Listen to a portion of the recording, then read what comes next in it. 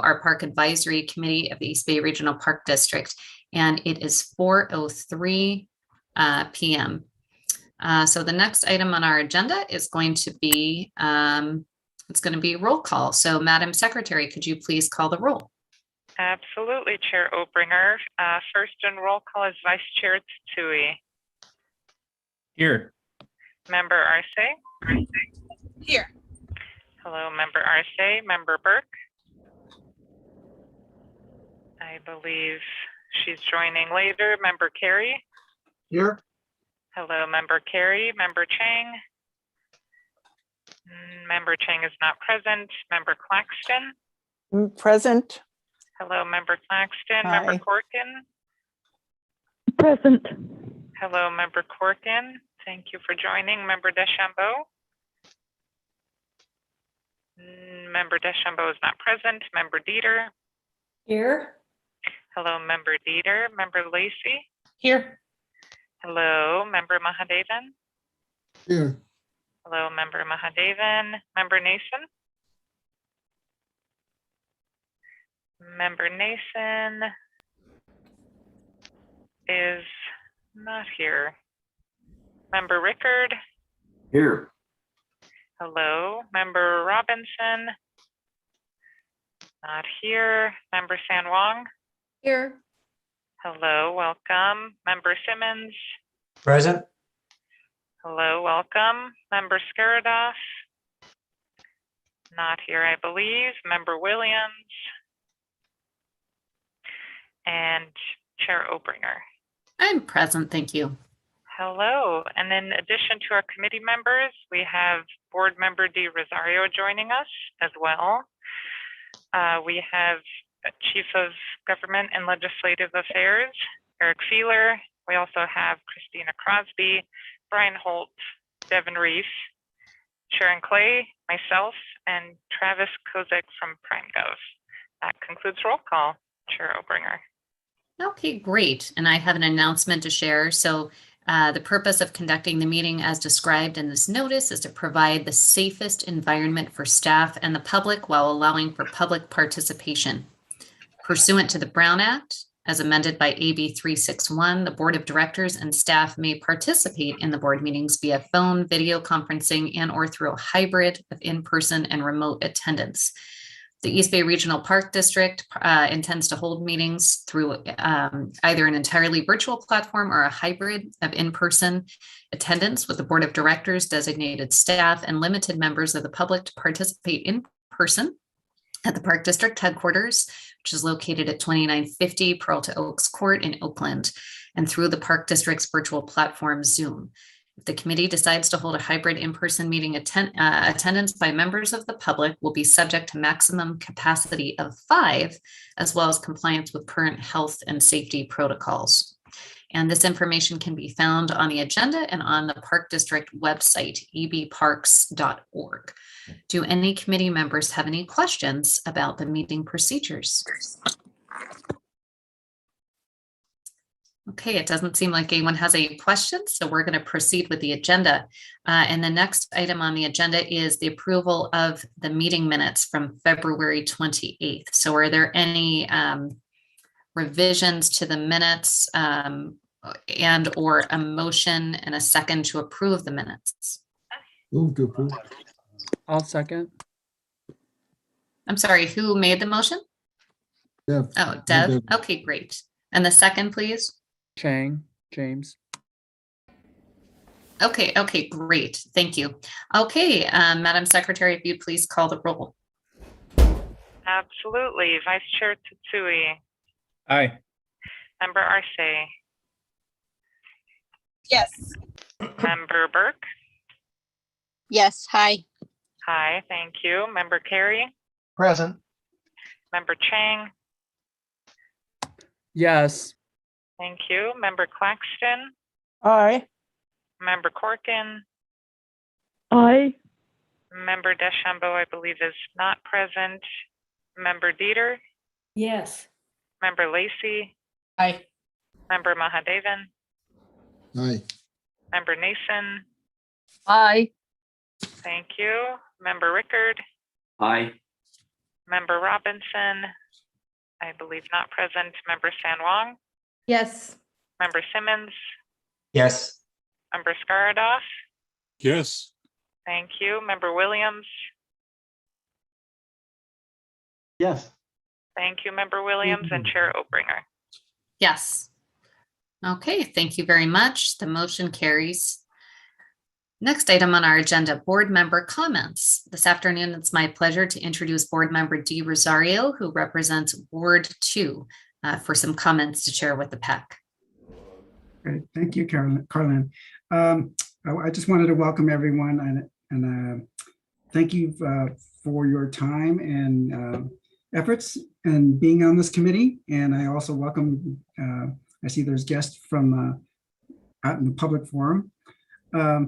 I'm just going to highlight a couple of things that the board's been up to. And the biggest thing is that we've approved our redistricting for the Park District.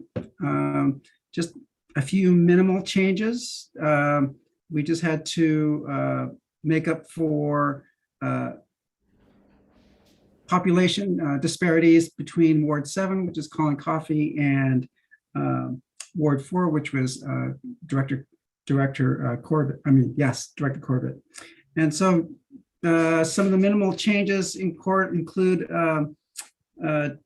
Sobrano Ridge going completely over to Ward 1, which is Elizabeth Eccles. And then Director Lane in Ward 6 picked up Discovery Bay.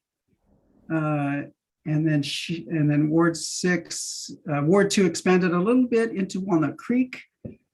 And Ward 5, Director Wieskamp, she incorporated Dublin Hills to keep Dublin as one entity.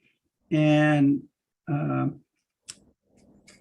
then to offset that, Director Waspy went south and incorporated Ardenwood. And with Wieskamp keeping Coyote Hills. And then Director Corbett also went south to incorporate Cherryland and a little bit of Anthony Chabot. So yeah, so it was a good process. And hopefully, I think everyone was happy. And then the other announcement, hopefully some of you got to attend the Brickyard Cove ribbon cutting. Another wonderful venue, great view shed from there. And just as soon as the University Avenue overpass and construction there is complete, I think we'll see the McLaughlin East Shore State Park at that point become a major attraction. So with that, I just wanted to thank everyone and for your time, and I will be sitting in for the entire meeting. Thank you very much. Wonderful. Thank you. Thank you very much. So let's see. The next item on our agenda, I believe, is going to be our foundation update from Juliana Shermer, Chief Administrative Officer. And actually, Chair Obringer, Juliana was not able to attend. She did not have any updates to share ahead of time with myself and Eric. Okay, great. Thanks for letting me know. Then we'll move on to item number 5, our public comments. I do understand that we have several folks that would like to make public comment. It's just not clear to me when I'm looking. Is everyone in the meeting right now, or do we need to move any? I don't see any difference between participants and panelists here. So if you could help identify who would like to make public comment, that would be helpful. Absolutely. The folks who have logged in who requested to speak have an asterisk by their name. Oh, We I see ask that. that folks who are making a general public comment on an item not on the agenda, that those folks raise their hand. If it's just a general time for the public comment space, if you can raise your hand in the Zoom function, it's in the lower part of the screen under the reactions tab. and then one would click raise hand. Otherwise, if you're waiting to speak to an item on the agenda, there will be time later, and the chair will recognize attendees then. Thank you. So is there anyone who would like to make general public comment not related to an item on the agenda? Okay, well, it seems like maybe so we'll be hearing public comment related to an agenda item a little bit later on. Okay, great. Okay, so I guess that is it for public comment right now. So we're going to move on to item number 6, presentations. So this is going to be more discussion about the budget, the Park District budget process. And so this is something, I appreciate this being brought forward as I know that this body has been curious about, what the budget process is, how we can provide feedback. And so, I appreciate staff coming forward so we can understand what the board's process is and potentially how we can participate in the future. So I understand that Deborah Spalding, Assistant Finance Officer, is going to be making this presentation to us. Hi there, I'm Deb Spalding, and I'm joined today by Christina Crosby, who is going to be doing she's our budget manager, and she's going to be taking some of the slides as well. We are going to give you a general overview of our budget process, and focusing a lot on different revenue sources that we have. And then at the end, if you guys want to hear different things, or even during the presentation, if you feel like you have questions or you want to hear about a little more about something, please feel free to jump in and make this interactive and useful to you guys. I'll say I wasn't exactly sure what to focus on in putting this together, just because we've never done this before. So we tend to have like, oh, it's time to do the budget presentation, but doing one that's more like you wanting to hear about how the budget works. Haven't done that before. So feel free to ask questions as we go through, or ask for more information. So I'm going to share. Thank you, Deb. And I just want to say, I think what I'm looking for, hopefully, as part of the presentation would be, just getting a better understanding of, are there timelines, because I think about things, based on like in my city, the city of Concord, we have like in February, a budget review, and then we actually have budget hearings in May and the final budget adoption in June and that kind of thing. So if that's helpful at all. Yeah, definitely. If we have a slide where we talk a little bit about timelines, but yeah, if you want to hear more, just ask. So am I sharing the correct screen right now? I believe so, yes. Seeing the PowerPoint. Okay. All right. So here we go. So I'm just going to talk today about our operating budget. Most of you know that we have 2 books that we produce every year. One of them is our operating budget, and the other one's our capital budget. So this is just going to be talking about the operating budget. And as you probably know, our fiscal year is January 1st through December 31st, which is very different from most government agencies. Most other agencies are July 1 through June 30th. So we are providing you with an overview on our operating budget, how much it costs to operate the Park District for 1 year. So unlike many local governments, we are growing not just in the services we provide, but actually like in the acres that we provide to the public. So we are really fortunate that we have a revenue source that grows too. This graph on the right is just maybe a hopefully helpful depiction of how our acreage has changed over the years. So on the right-hand axis, you can see us going from, like 110,000 acres back in 2011, and now we're getting up to over 125,000 acres. And so we try to keep adding staff to keep up with that demand, that growth. And that's just looking at acreage. And you guys know we've had growth in people coming to our parks as well. So we are very fortunate that the majority of our revenue is property taxes. And this is historically a very stable revenue source, and it typically grows steadily each year. So this is a pie chart showing all of our revenue sources district-wide, not just our general fund, but all of our funds. So property taxes make up 82% of our revenue. Charges for services, which is stuff for like people coming in to swim, or the dog walker fee, that's 14% of our budget. And then we have some other smaller revenue sources. Property usage is stuff like concessionaires who are using our facilities. And then we have a 1% of our revenue comes from interest earning.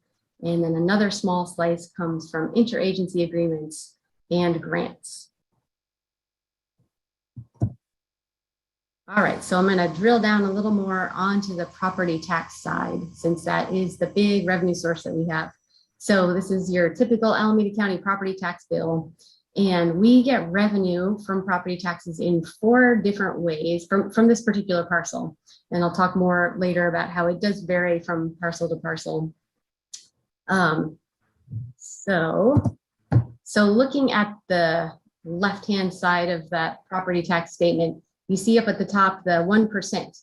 So Proposition 13 said that 1% is the maximum tax levy that, and then everything else has to be voted on. So 1% is the set amount that is divvied up between all sorts of different agencies. And we get a small percentage of that 1%. So on the right-hand side of this screen, I've got a breakdown. So this was like drilling far down into the Alameda County website. You can find, so in this particular tax rate area, which is tax rate area 13, which doesn't matter, but just to see that, and there's lots of different tax rate areas across the 2 counties. So in this particular one, they divvy up the total amount of revenue that's available between all these different agencies. And so this is us, A7180. And so we get about 2% of the total 1%. Sounds kind of small, like, oh, well, how do you guys live off that? But if you consider how many millions of people are paying this tax, it all adds up to be a really significant source of revenue for us. And then again, on the left-hand side of that property tax bill, we have this other levy. This is our debt levy. So this is paying for our Measure WW bonds. So each year the voters said, you know, we're not just going to give you the 1%, a portion of that 1%. The voters said, we're also going to help you guys issue bonds, and we're going to tax ourselves even more so that you can issue those bonds. So that's what that little line is. It's East Bay Regional Park. And then we have 2 more that are tucked away. In this case, one is on the right-hand side. So over here's the right-hand side of the bill, and it says EBRPD CFD number AC3. This is our Measure FF, previously known as Measure CC. And we get $12 per year. So it's a flat amount versus the other taxes we were looking at is a percentage, so that as the assessed value of that property grows or changes over time, you get a slightly bigger increment. Our Measure FF is a set $12 per year. And then up here we have one more, East Bay Trails LLD. This is our 2 county trails lighting and landscaping assessment district. And again, that is a flat amount, $5.44. So no matter how much the property value grows, that assessment stays the same. And so now thinking more broadly about how this plays out. So I talked about how some of the taxes are based on the value of the home, whereas others are flat amounts. And so home values obviously differ as well. So pulled this out of Zillow last year when we were starting to work on our budget book. So at that time, the average home price in Alameda County was like 1.1 million. In Contra Costa County, the average home was 909,000. And we have this chart on the right-hand side. This is in our budget book. And you can see in these different tax rate areas, I don't know if you guys can see my arrow cursor here, but that allocation of the 1% varies in different tax rate areas. So you saw in that one that was in Berkeley, it was 2% of the 1% got allocated to us. but it's different in different tax rate areas. So sometimes we get more, sometimes we get less. Like if you look at Brentwood, we get almost nothing of the 1%. And that's obviously a newly developed area. And so someplace like Oakland or Berkeley, which is one of like the original East Bay Parks areas, we're getting a bigger percent of that 1%. I hope that makes sense. And then you can see here also that the amount that is paid for the WW bond can vary. So in Alameda County, it's a little bit more than in Contra Costa County. And that's not that they're paying a different amount, but it's based on the average home price of that 1.1 million for Alameda County and the 909,000 for Contra Costa County. And then we have the Measure CC tax, and it's not paid at all outside of the, I should say Measure FF, which is not paid at all outside of the Measure FF area. So that's only in the zone that is kind of along the East Bay shoreline in the older parts of the park district. And then again, we have the 2 county trails, which is in many, but not all of the zones. For example, it's not in Livermore. They don't pay for that 2 county lighting and landscaping assessment district. All right, enough on that. Oh, one question you might have is like, what's the difference between a tax and an assessment, or a fee and a charge? So there's all sorts of rules about how you can levy different taxes and how you can, how they need to get approved. And it really depends on what kind of revenue you're trying to generate. And so here's just a chart that breaks down. So if you have a special tax, including a special property tax, which is like our community facilities district, Measure FF, you don't have to show that it has a special benefit, but you do need 2/3 voter approval. And it's involuntary. So people don't get to pick like, I'm not going to pay it this year. No, you have to pay it, versus something that's like a fee and a charge, like a park entrance fee is an example. Well, we don't have to show you that we're providing you any particular benefits. The governing body, our board of directors, gets to approve those fees, and it's voluntary. Like you can choose not to go to the park. You don't have to pay that fee if you don't want to. All right, so that was a lot. Hopefully, that was a lot of background, hopefully to set the stage for what I'm going to turn it over to Christina now, and she's going to talk more about how it all comes together in the budget process of getting to sort of Carolyn's questions about timeline and stuff. Yeah, we can even take a little pause here if you guys have questions on anything I just said. Thank you, Deb. This is Roland. I did have one quick question. Is the tax apportionments, are they subject to any ERAF deductions? Okay, ERAF. I believe we're not subject to ERAF. I'm going back in time here. I don't know if there's anybody on the call here who remembers the answer to that. So that's the educational reallocation, and the state years ago said that, and Roland, if you know more about this, maybe you can say it more clearly. So the state said that they were going to take some property tax funds and make sure that our schools were fully funded, and it's called ERAF. And I believe the Park District did not have an ERAF takeaway, but I could be misremembering that. Anyone remember more clearly? That is correct. Okay, good. Good. Well, good for the Park District. Say not since I've been here anyway. Have we had any takeaways? That was a while ago. Yeah. Okay. So we'll move on, and if you have any other questions, just let us know. I'm Christina Crosby, Budget Manager.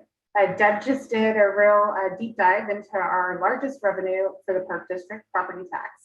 But we do have some other categories that contribute to our budget in areas that we need to take into account as we prepare the annual budget. The district's total revenues for 2022 is over $234 million.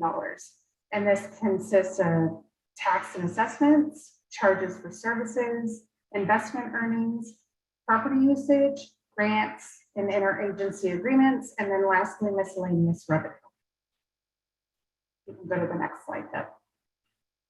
Okay, so the highlights of the budget timeline, and a lot of this happens kind of at the same time, or in a very compact space of like 3 months, but we'll give the highlights here. The district revenues are really the foundation of the budget process, and preliminary property tax revenue is available in May with confirmed property tax rolls from Alameda and Contra Costa counties in August. We receive our 5-year property tax projections in August as well, and we work to finalize fees and charges with the business services unit and operations, while finance finalizes investment earnings and special revenue projections in September. So all in that like August, September timeline, we're really dialing in our revenues. And then on the expenditure side, we develop the base budget in June and July, and the early work there is focused primarily on our position budget and then annual operating expenses that are static year over year. So that typically includes supplies and services and things like utilities. We send out a budget memo providing guidelines and prioritization strategies to all the divisions in July, and that really kicks the budget development season off district-wide for all the divisions. Budget requests are then entered into the finance system after the memo goes out and gives them all their timelines and deadlines, and they enter that in August. And then the review and prioritization process starts happening in September, and then in the then we begin building the budget and incorporating those new additions and changes with a sneak preview that we take to of the general fund, very specific general fund sneak preview of the preliminary budget to the finance committee in October. And then the entirety of the proposed budget goes to the PAC and the finance committee in November, and then the budget is finally adopted for the new year by the board in December for the effective date, January 1st. Okay. So then as we discussed, we have property tax, which makes up approximately 92%. And these percentages are different because this is just general fund. So they're a little bit off from what Deb showed you earlier, because we were looking at district-wide, and this is just general fund. So 92% of our base budget in general fund is property tax. And this amount is confirmed for January through June, the first 6 months of the year from the counties. And then we use Beacon Economics to project the last 6 months of the year, July through December. Charges for services, including concessionaire fees, swimming, camping, and fishing fees make up 5% of the projected revenue based on operations, expectations, and trending. And then this can vary year to year based on facility openings, closings, and other things that are outside our control, such as maybe natural disasters or droughts, fires, things like that. So we try to take a measurement of things that we know are going to happen, but then also prepare for things maybe we don't know are going to happen or that we've seen happen or maybe trending. Next slide. Okay, there. Moving to the expense side of the budget, personnel is our largest expense at 67% of our operating budget. We build our base budget to include all board-approved positions, including all existing salary and benefits, expected increases in salary and benefit costs, and retirement expenses. 2022 was the first year we built in a vacancy factor of 4% to account for the natural attrition and vacancies that occur throughout the year from retirements, promotions, and vacancies during the recruitment process. Supplies and services budgets are largely the same as the prior year, but we remove one-time funding asks from the previous year, including one-time equipment and purchases or projects. I'll turn it back to you, Deb, and if there's any other questions. All right. Any questions before we just have a couple more slides, so I guess we'll plow through maybe. So I have a question. Oh, go ahead. On the summary, I see that total expenses were 234 and revenue was 194. Is significant deficit there, or did I just misread it? Oh no, that was This was just looking at revenues. Are you talking about this slide? Yeah, 190 versus 234. This is just looking at our revenues. All of our Oh. revenues, and it's showing you 2022 budget and 20, Okay. and then we have actuals for the 2 years prior to that. Okay, so it's no expenses here. All right. Yeah, we were just showing you the revenue in this one. Okay, Bob Simmons, you have a question? Yes, I saw the 4% figure that you're doing as a vacancy rate.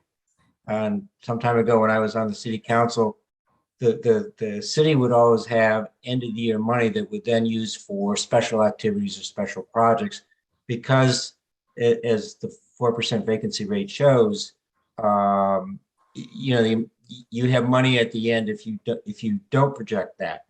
So was this a decision to include a factor of 4%? I mean, has it been based on a historical number? Are you still likely to come in below budget with regard to the expenditures? You're not making it so close that you'll be possibly running above budget. Right. So we looked long and hard at that.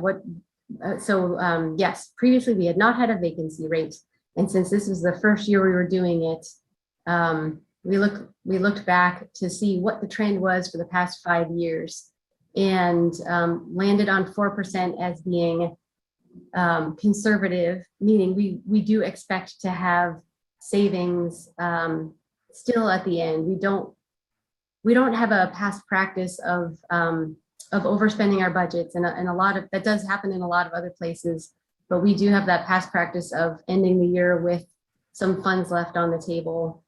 So we tried to start slowly this first year by doing this 4% vacancy rate. Yeah, we're not far enough along yet, since we've had 6 pay periods so far. So we're not far along yet enough to see, and our major expenditures come in the summer. So it really, our expenditures will balloon a lot in the summer. We have like our full summer focus, as we call it. But we believe we're on track to land the year safely.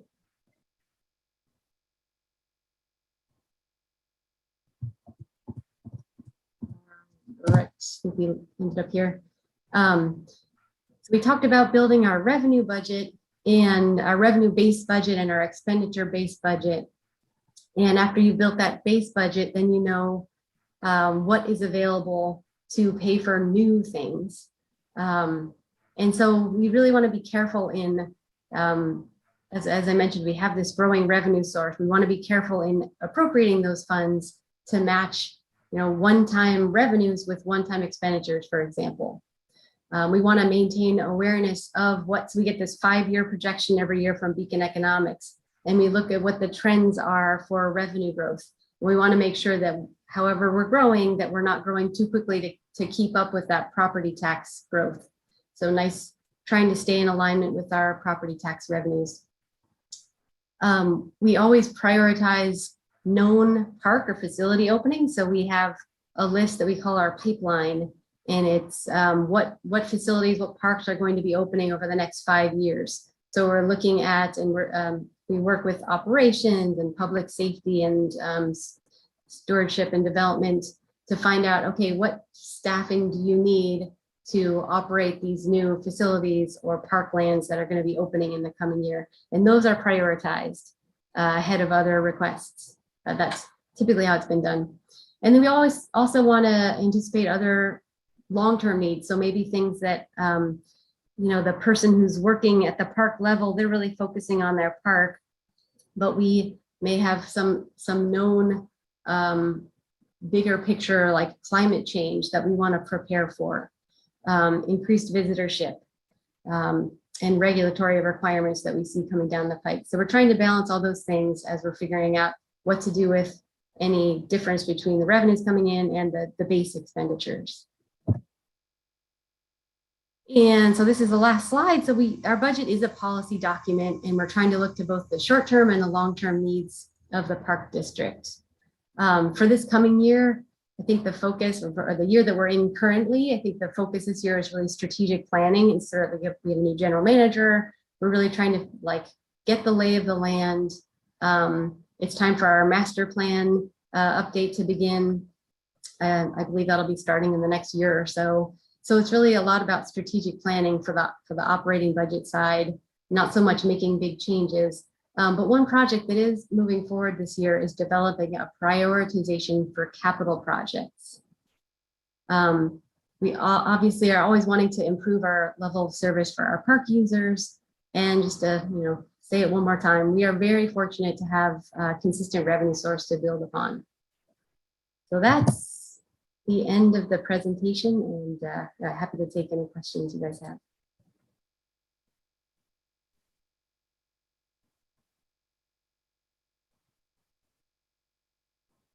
Question. Yeah, Dev?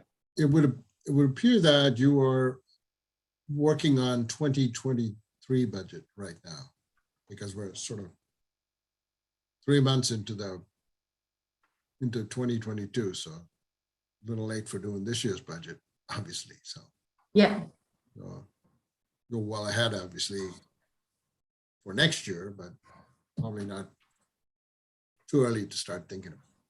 Yeah, we are definitely starting to think about 2023.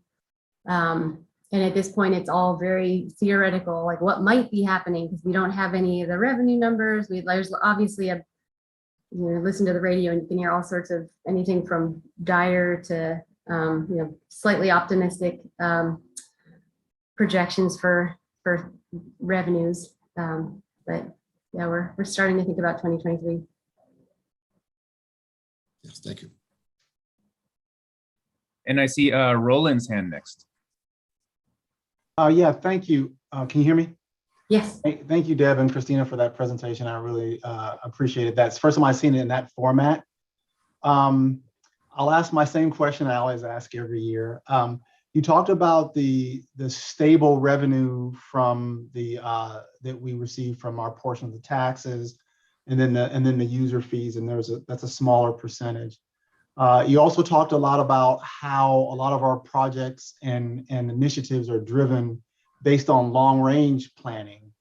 And then kind of at the end there, you talked about some of the unknowns. I always challenge agencies, is there any value to doing a multi-year budget? It seems like when you went back to that first slide, it seemed like the budget numbers were in a tight grouping. And I don't know how much time you spend every year doing the whole budgeting process, but if you did that even every other year, there would be some realization of savings, and you could always do amendments if there was some changes that need to be adjusted. And I always think that's something that should be considered. I've brought it up before, and I'll keep bringing it up because I do think it's a good way to manage, and you're thinking a little bit long term when you're planning. You talked about 5-year planning horizons and things like that. Yeah. I don't know if you could tell on Zoom, I was looking at Christina because Christina just joined us like a little over a year ago, and she's been talking about this too. And it's definitely been brought up, like, why do you guys do your budget process every year? And it is kind of like it's a pretty big project to tackle in the first year. But it's, I think something we're considering more seriously now. Also, I'm not promising, but I think we're considering it more seriously now. Thank you. Well, at least you're listening. Thank you so very much. Yeah. Igor? Oh, you're muted. Here we go. Okay, I'm sorry. I was unmuted and I muted myself. I was getting ready to talk. Thanks for the opportunity to ask the question. Earlier in the presentation, where you showed all the different contributions from different parts of the district, it seemed like there was a really large variation. Some of them had fairly large percentages of that 1%. I think it was Brentwood jumped out at me, said had 0. Maybe this is more a question for a board than is for the financial folks, but is there anything afoot to try to make it a little bit more equitable and more appropriately spread out? I can take like a little piece of that. The Brentwood situation is that they're in our East County area. So they weren't part of our original park district. They weren't part of the original park district area. They were annexed in like 1980, I think.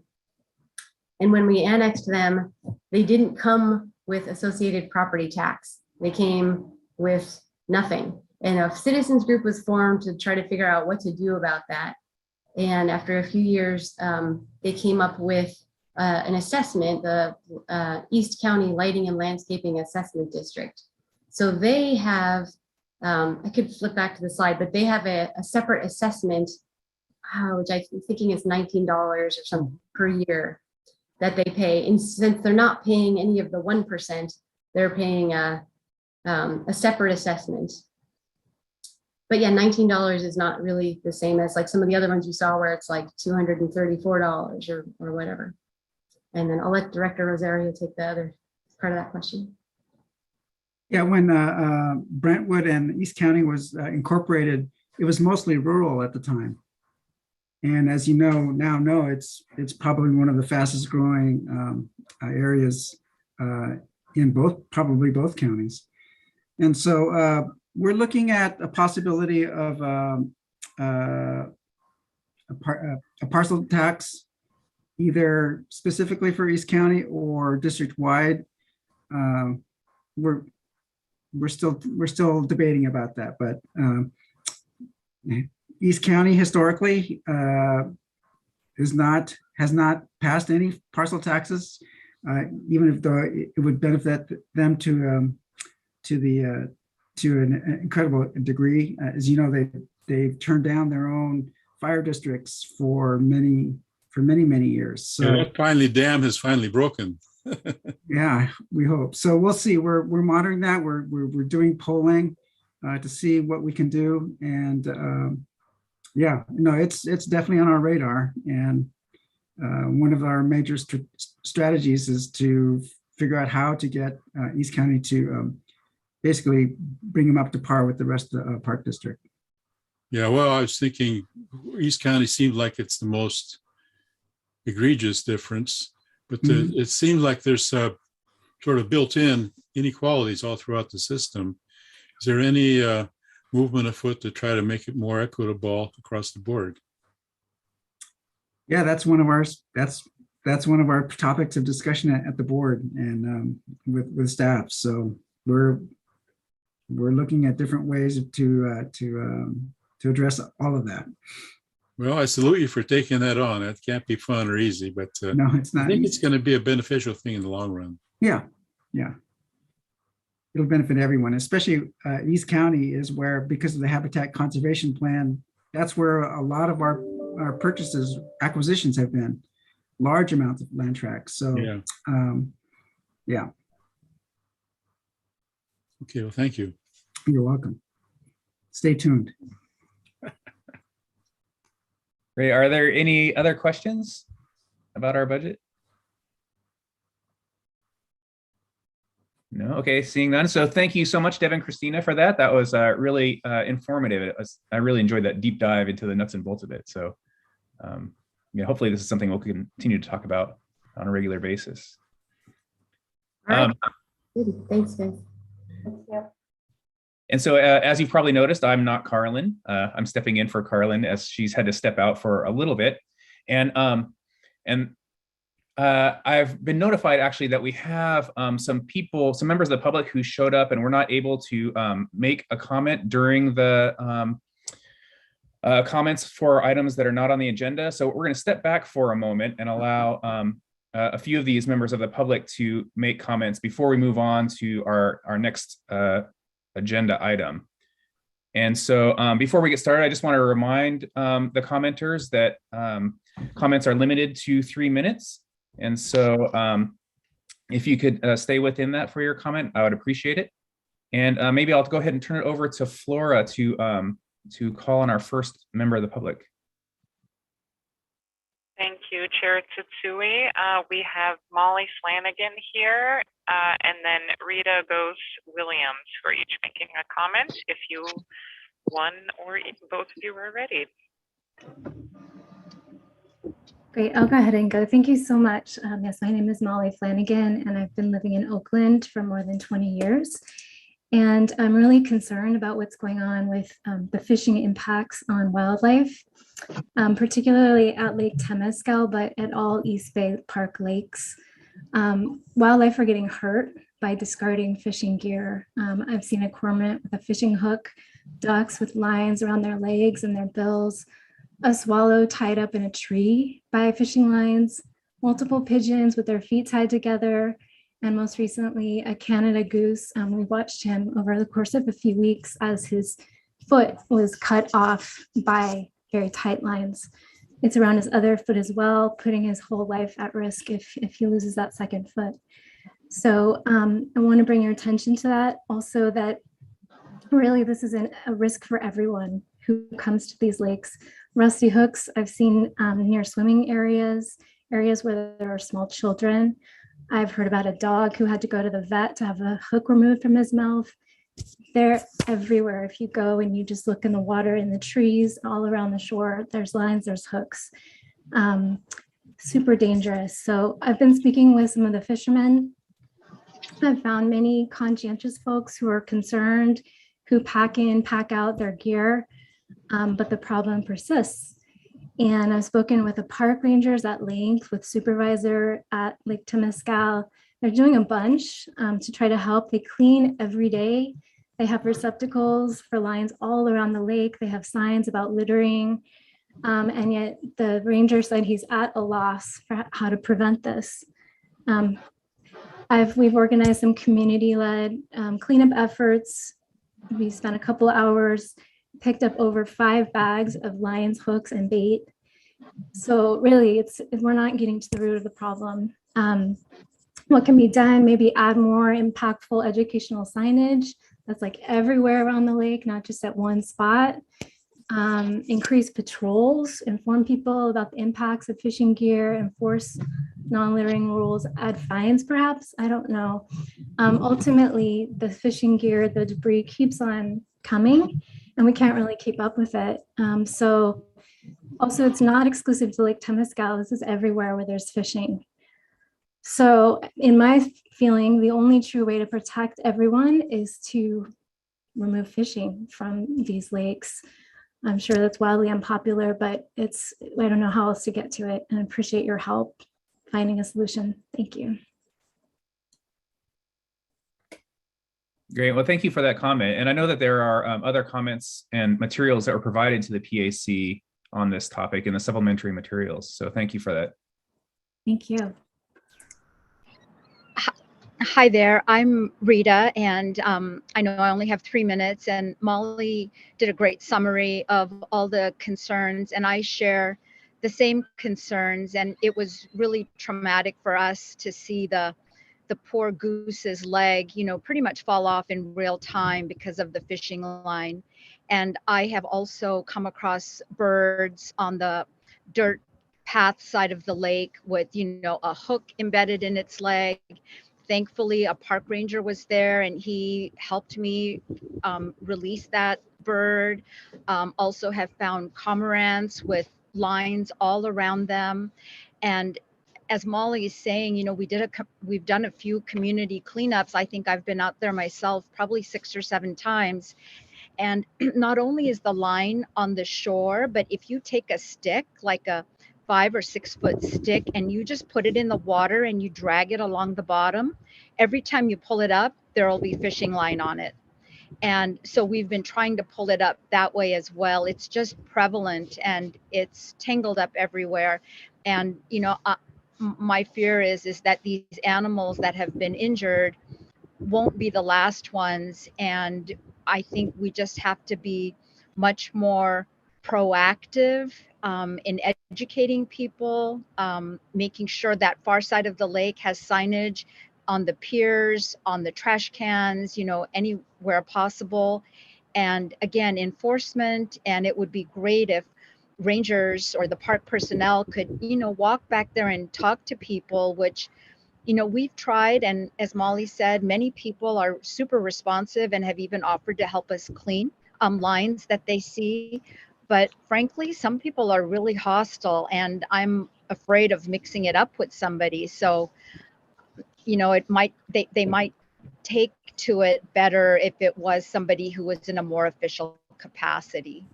So thank you for your time. And I just wanted to support what Molly has said and just add a little bit of my own experience.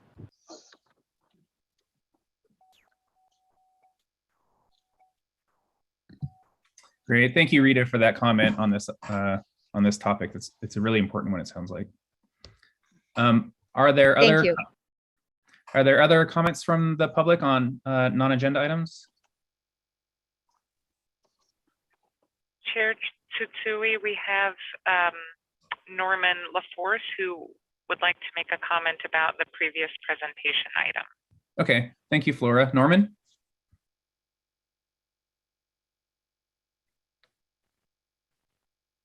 Norman, are you there? I'm here, but it says the co-host has asked you to start your video. I've been on the video for a long time. Okay, great. I just want to comment on the budget, and only in terms of future considerations. Given the last comments, there is a huge issue that relates to why East Contra Costa County and East Alameda County have consistently voted against a district-wide tax, and that's because each has a different relationship here with how they came into the district. And what's really needed is that it's very complicated in a sense. I'm not going to get into the issues here. What's really needed is at the state level, our legislators need to carry a bill that restructures this entire tax structure for the Park District. Because in Eastern Contra Costa County, what residents say there is, we're already taxed, and so we're not going to pay an additional tax. And in Eastern Alameda County, they say, well, why should we pay a tax for operations when we're already paying a tax for acquisitions? And this is a problem that goes back to Measure K, Measure W. Every general-wide tax measure has failed because of the Eastern Contra Costa County and Eastern Alameda County refusals to approve by the 2/3 vote a tax. And it's all based upon the argument that each pays a different structure and they don't agree on why they should be paying more. The second issue is that when we dealt with this back in Measure Double C, which I was one of the authors of, and Measure Double F, we agreed that we would have the area that did support the taxes vote for a district, okay, within their area. That's from Oakland up to Richmond and essentially west of the Berkeley, Richmond Hills. Well, right now you have houses in my town of El Cerrito that are selling for $2 million. All right, a person is paying now between $10,000 to $15,000 a year in property tax. And whether or not they would support a further tax on a general basis for the Park District needs to be polled by the Park District pollsters in order to determine whether or not the people in this area that regularly and always supported the Park District will be willing to tax themselves further for a general-wide, district-wide tax when they're already paying for a tax. These are issues that the Park District needs to address if it wants to go out for a general tax measure in the future. Great, thank you, Norman. Are there any other comments on this item? Okay, and this is a informational item, so there's no vote necessary. So I think we'll move on to the next agenda item, which is the review of the Trail Users Working Group report. And this will be presented by Brian Holt, Chief of Planning, Trails and GIS, and Devin Reef, Principal Planner. Well, good afternoon, good evening, members of the PAC. Director Rosario, it is good to be with you all again. This will be a little bit of an overview of what we discussed last time, and a bit of a foreshadowing of what we expect to come in the coming years. So I'm not asking the PAC to consider any specific recommendations or vote on anything this evening. It's more just to provide you another update. We did include in your PAC materials a link to the final summary report of the Trail User Working Group. I hope folks have had an opportunity to take a look at that, or will be able to take a look at that in the coming month or so. So with that, I'm going to kind of share my screen here and we'll dive into our presentation. So again, my name is Brian Holt. I'm the Chief of Planning, Trails, and GIS. And I'm joined here tonight with Devin Reef, our principal planner, who's really led some of the community outreach work around the Trail User Working Group. So we were here, I believe, last, whether it was in January or perhaps in February. And prior to we had checked with the PAC to see sort of their interest in engaging and taking up some of the trail discussion. And we brought that idea to our executive committee, who did vote to provide the direction to the PAC to review that final Trail User Working Group summary report. Then be prepared to review upcoming trails projects, and I'll go over some of those with you. And then to review some operational pilot projects that will be coming forward. And again, that final summary report is available on our Trail User Working Group website. The link is available here, or you can email Devin or myself at any time and we can direct you to it. And I will also say, if anybody would like a hard copy of that, just let us know. We can get you a hard copy as well. Trying to minimize our paper use, but understand some folks may want hard. So again, just real quick, this Trail User Working Group met 7 times from August 2020 to October 2021. I know a number of the members of the group are with us today, and will provide comments. We heard, a variety of different user perspectives, reviewed a draft report, and really a big part of this goal was to sort of hear some of the voices that we don't often hear about in the trail discussions, and trying to make sure that we're having a good, well-rounded conversation on all the interests of the trails users. So again, we've sort of concluded that with some, identifying there's some topics for additional discussion. And I will just say, I know some of the members of the PAC have made comments that, we really need to address the controversial issues. And the controversial issue is allowing mountain bikes on trails in the East Bay Regional Park District. So if you're familiar, currently within the East Bay Regional Park District, bike use is really limited to roads. Those are fire roads that are over 8 feet wide. They're allowed on trails by exception. And often, so whenever we go to conduct a planning process, there's often high demand for mountain bike access. We've seen mountain biking increasing throughout the pandemic and even before that. And then also we often need to construct new trails to essentially make the trail system work. And so those are often proposed as multi-use trails. But Park District, we're not in the business of building roads. We try to design trails in a way that's as resource sensitive as possible. And that can be challenging within our parklands. So we often get in this conundrum about where trails can go versus who can use trails. And the issue really does come down to mountain bike access. It also relates to, we work in partnership with our regional trail partners, like the Bay Area Ridge Trail, which is a multi-use trail network. So how do we close gaps in that trail network? Equestrian access and protecting access for equestrians is a concern. We have broached with them the opportunity to look at some operational controls that may work, and we'll discuss some more of those today. The Trail User Working Group was really focused on new parklands. How can we keep up the opening of our parklands with that growth that Deb showed us earlier? And how can we increase our trails with that sort of growth? And then there was a recognition of doing some system-wide trail planning. Always an interest in ensuring that we have a transparent and public process. And really what all comes down is this is all under the umbrella of how do we ensure that we're providing equitable and inclusive trail experiences? So, so those are some of the things that we're grappling with.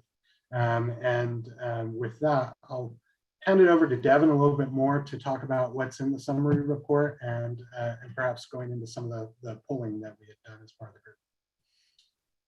Thank you, Brian. Good afternoon, members of the PAC. I'm Devin Reef, Principal Planner with the Park District. For over a year, I helped to coordinate the Trail User Working Group.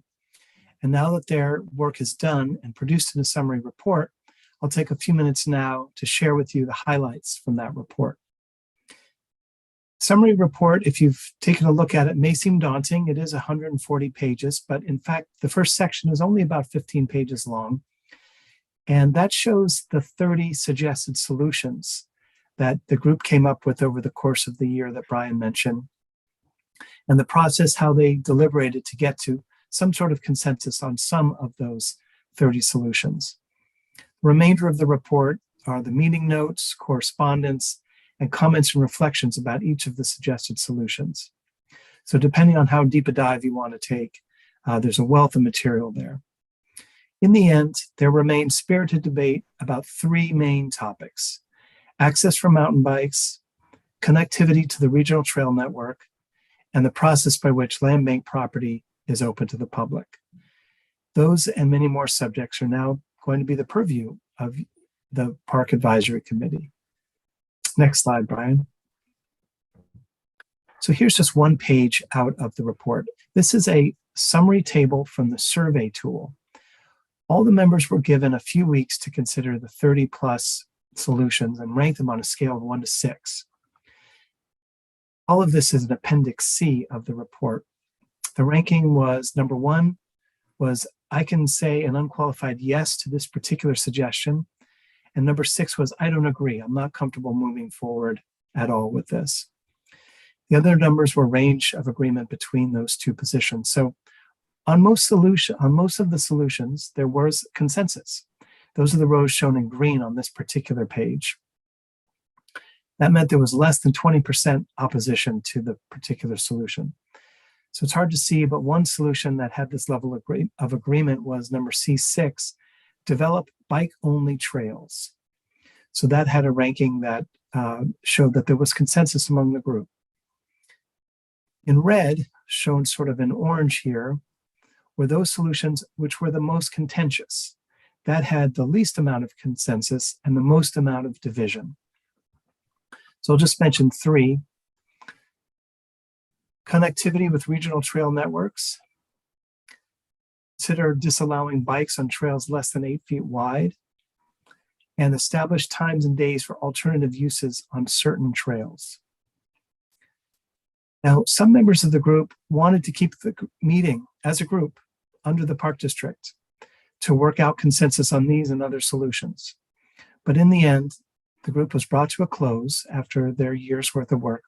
And now the work transitions to the PAC to consider, debate, and hopefully come to consensus on some of these trail solutions that ended up being contentious.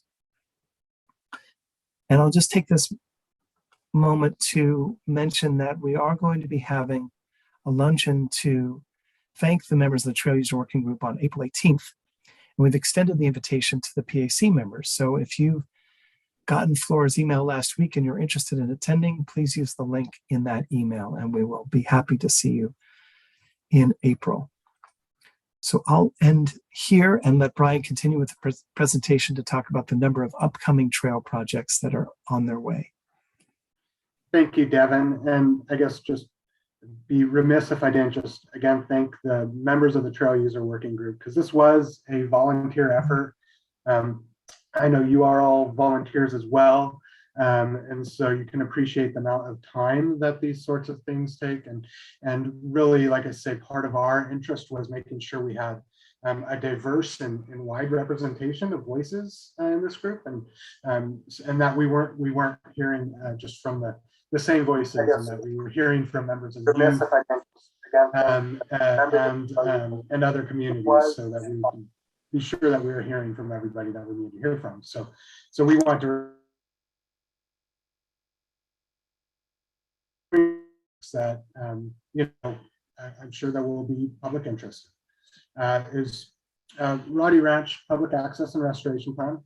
So we discussed that before. Southern Los Trompas Land Use Plan, some of the Briones Regional Trails Regional Park pilot projects, the Wildcat Flow Trail proposal, and a new park, Tyler Ranch, which will be opening up soon. So Briones Regional Park Trails pilot project there. That's really going to be under the purview of our AGM of Operations, Jim O'Connor, who is intending to bring a draft work plan to the PAC in May. You might have seen the bike rail station that's been installed. That's sort of an example of some of the near-term operational controls that we're considering.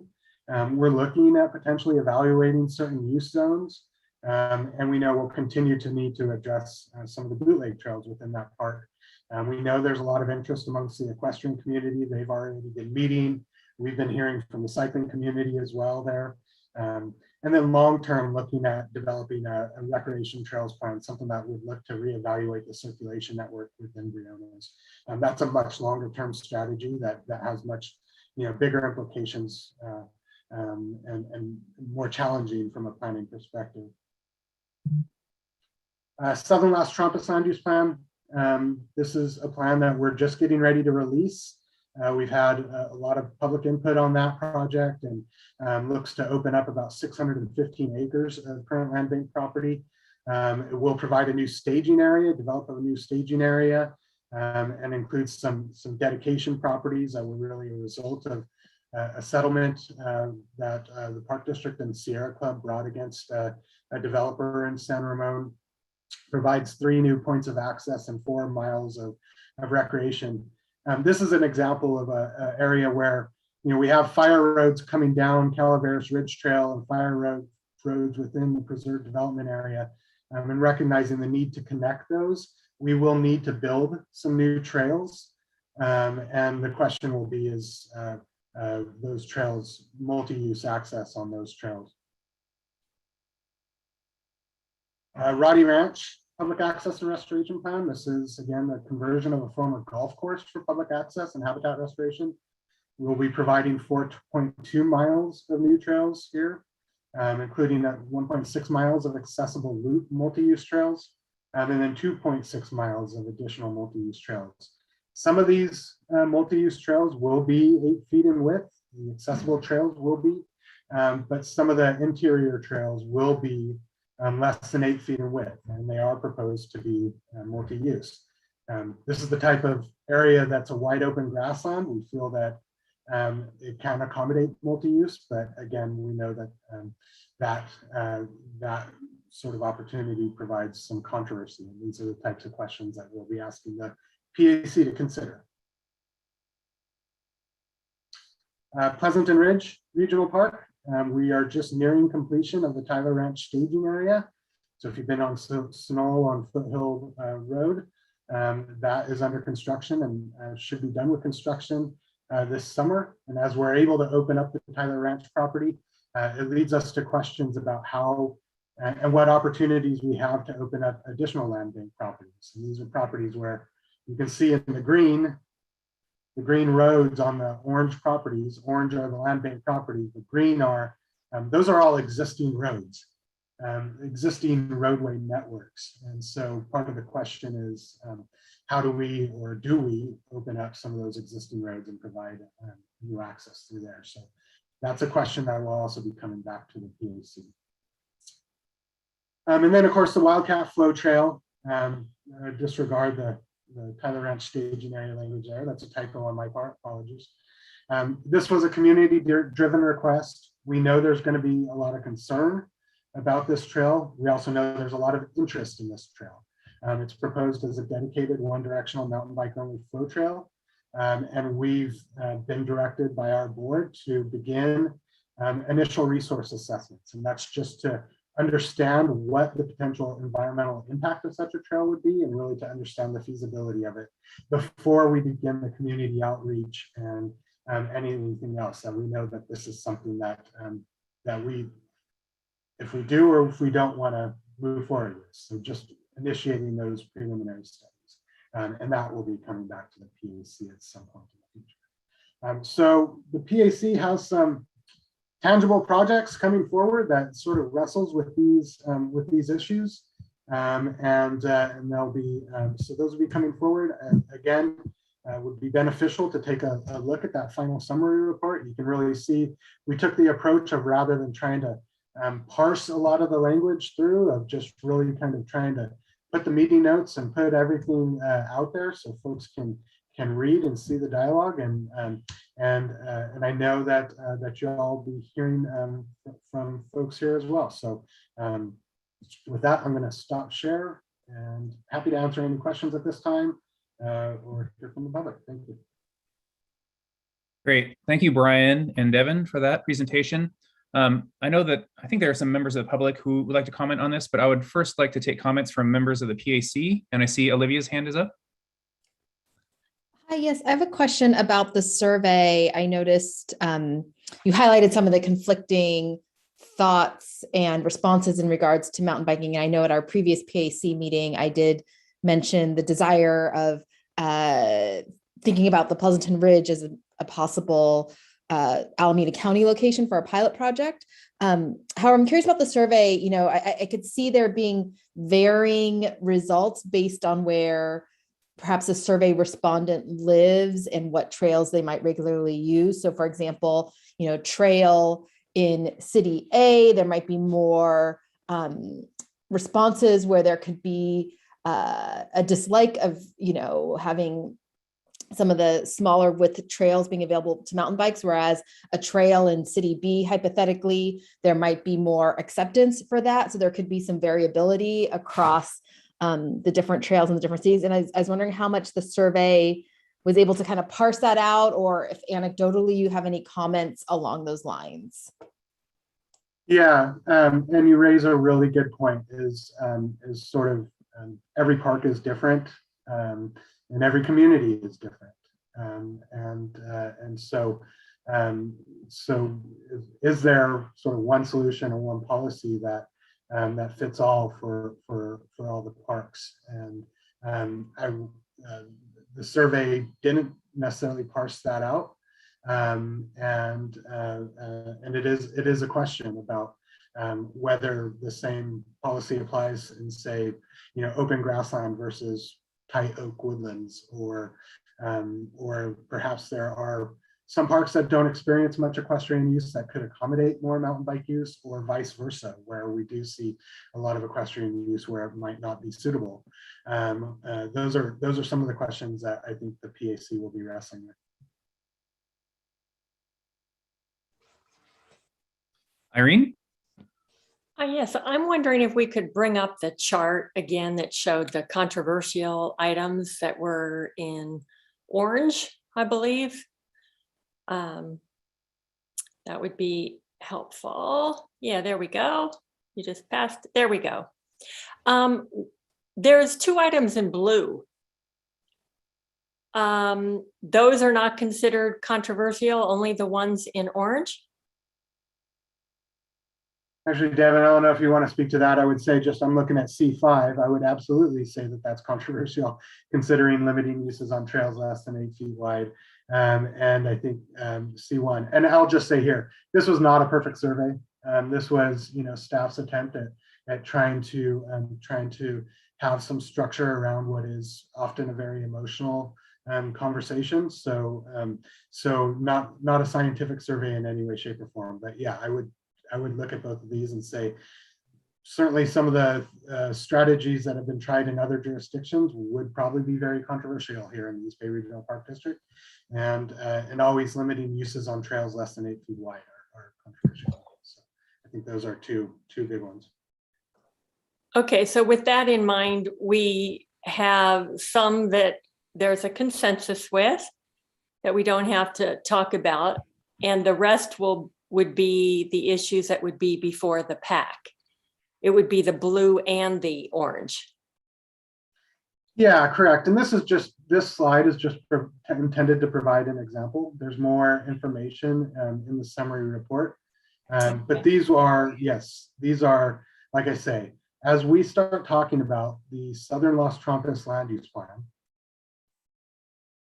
There are trails proposed in here. I'm looking at, there's, let's see if I can annotate.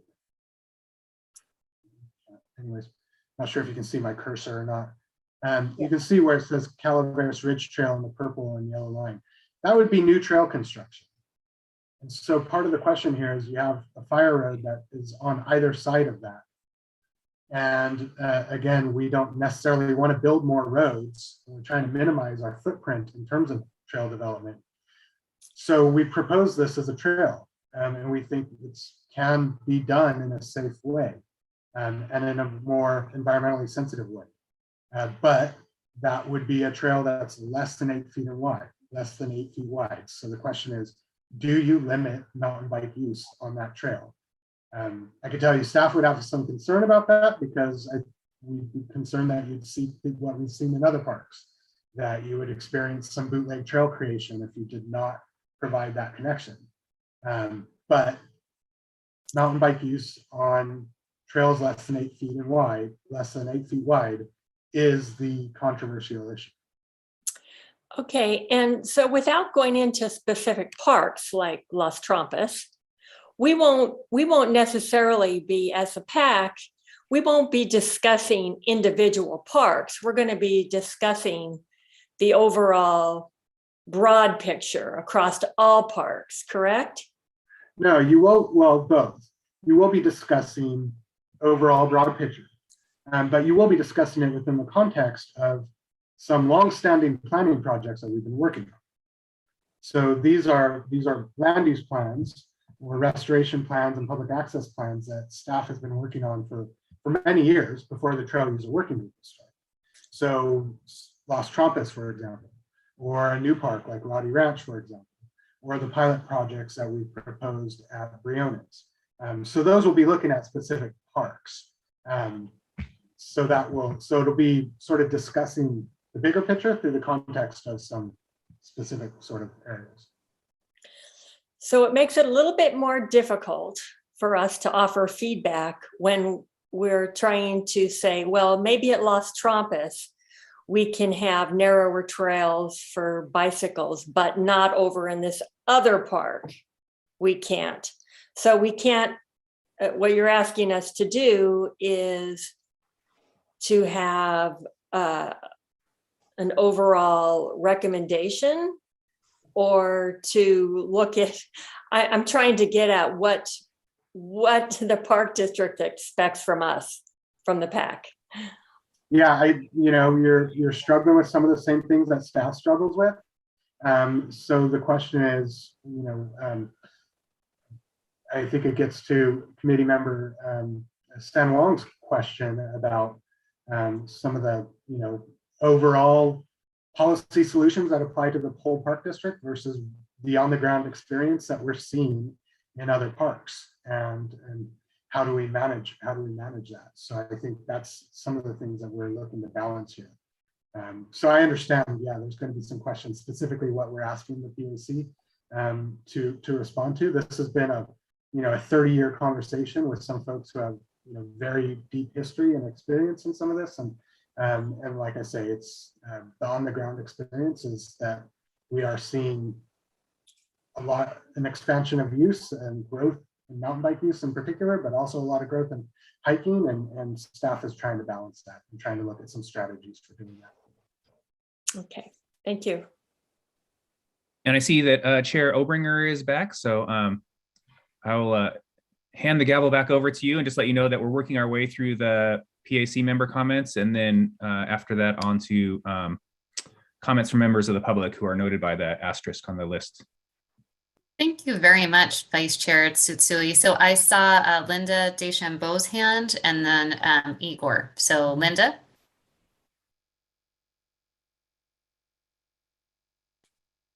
Yes, hi. Sorry I was a little late this evening. I don't have the 30-year history that some of you have, and I was wondering if there was a possibility of stepping back a bit. And I don't have a full understanding of the representation and participation of driving this demand. I just don't have a good feel for park users and what percentage of users are bikes or dogs or horses or hikers, and what's was driving this the history of the trails users group, and how that's driving our decision. Or again, I don't know if earlier comment what is being asked of the PAC, but you know, what are we looking at, and what, how was that participation presented in this users group? And you know, when there was quote controversy or conversations, you know, was it a few outspoken or was it across the board? I just don't have a good feel for this. I don't have the history that some of you have. Maybe that's a good thing, maybe not a good thing.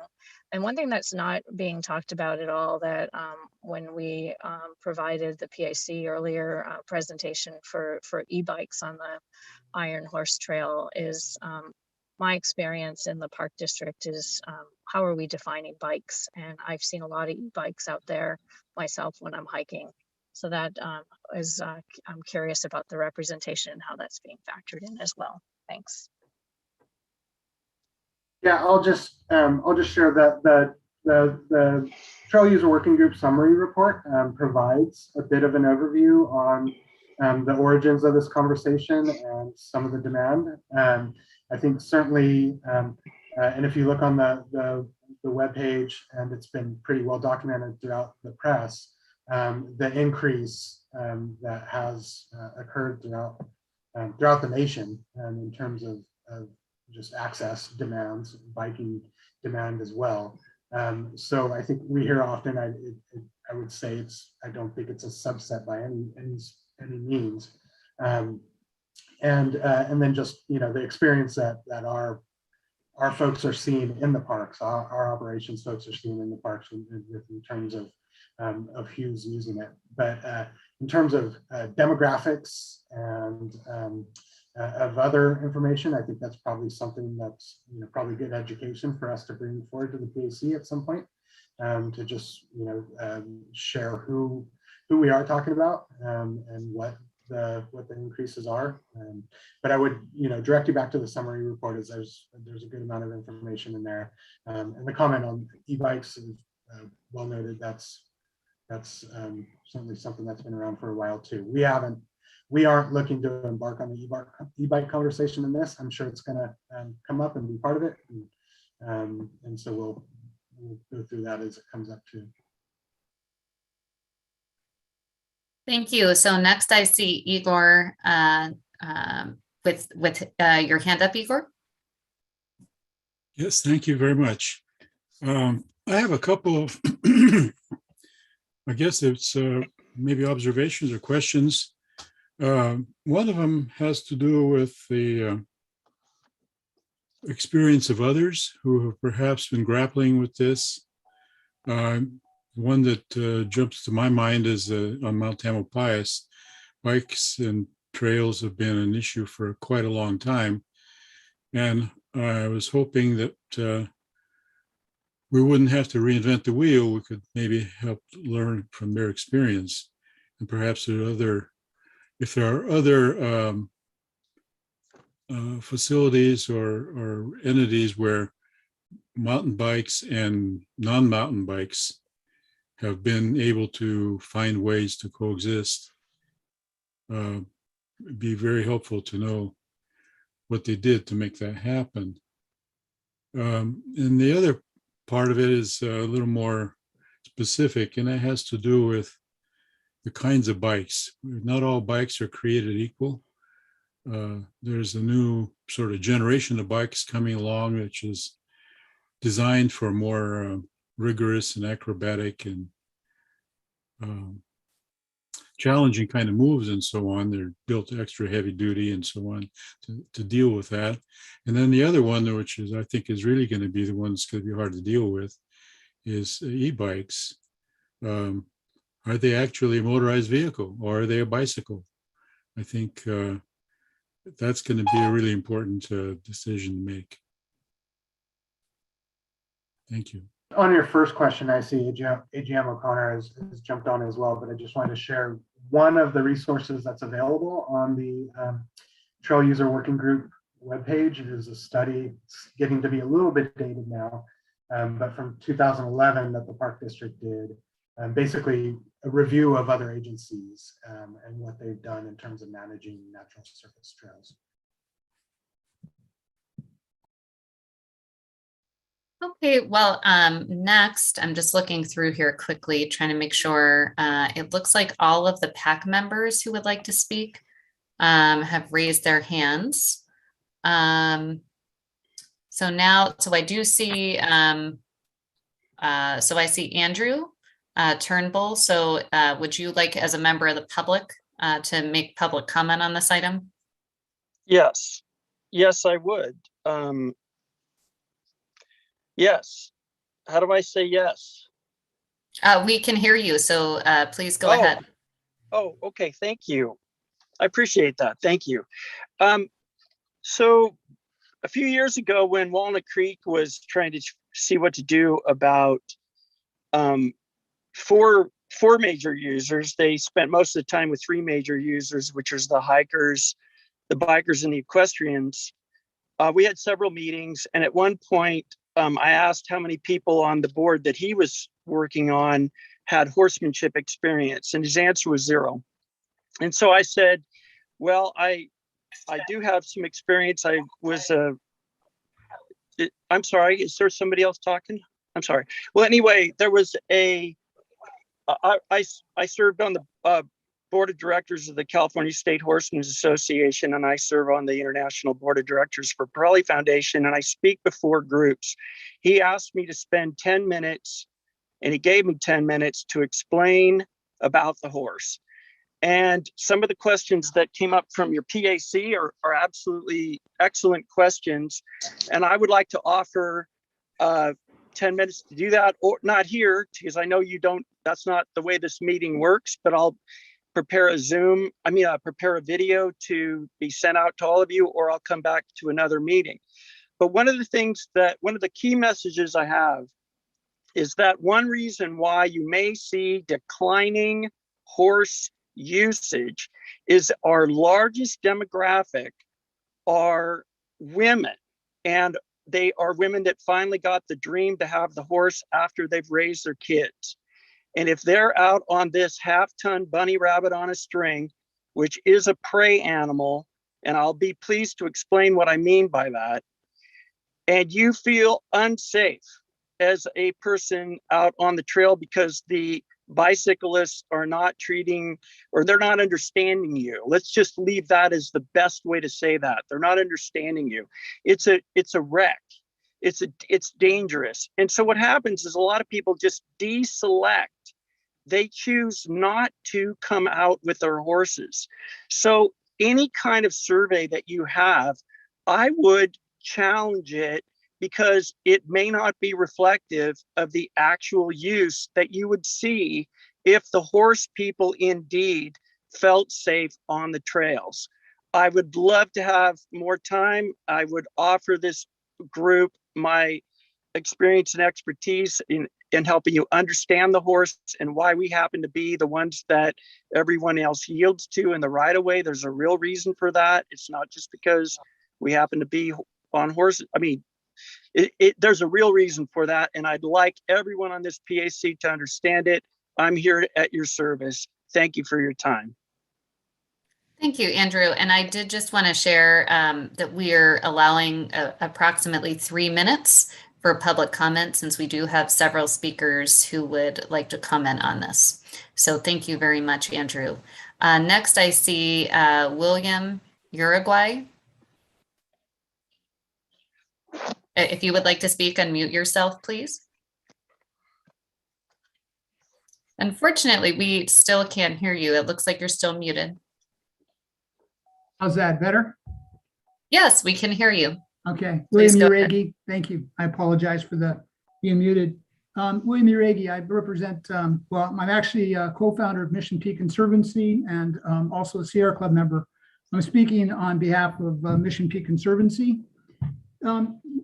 We advocate for trail access, multi-use trails across the Bay Area, and in the development of multi-use trails. So we're looking forward to the Niles Canyon Trail and expansion of the Tyler Ranch staging area to improve access to Pleasanton Ridge.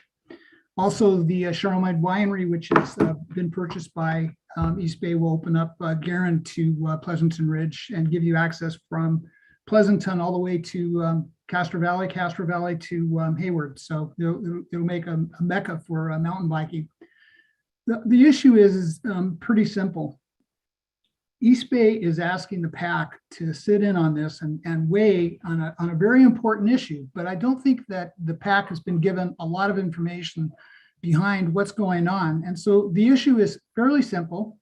East Bay Regional during the last 44 months, this is going from January 22 and the prior 44 months, handed out 120 tickets for illegal bike use, right? For Ordinance 38 violations across all 73 parks.